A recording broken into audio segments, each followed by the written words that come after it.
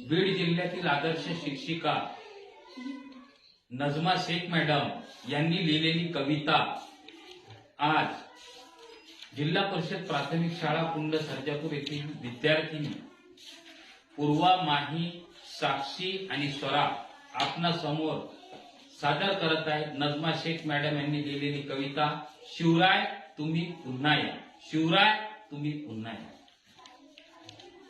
Start.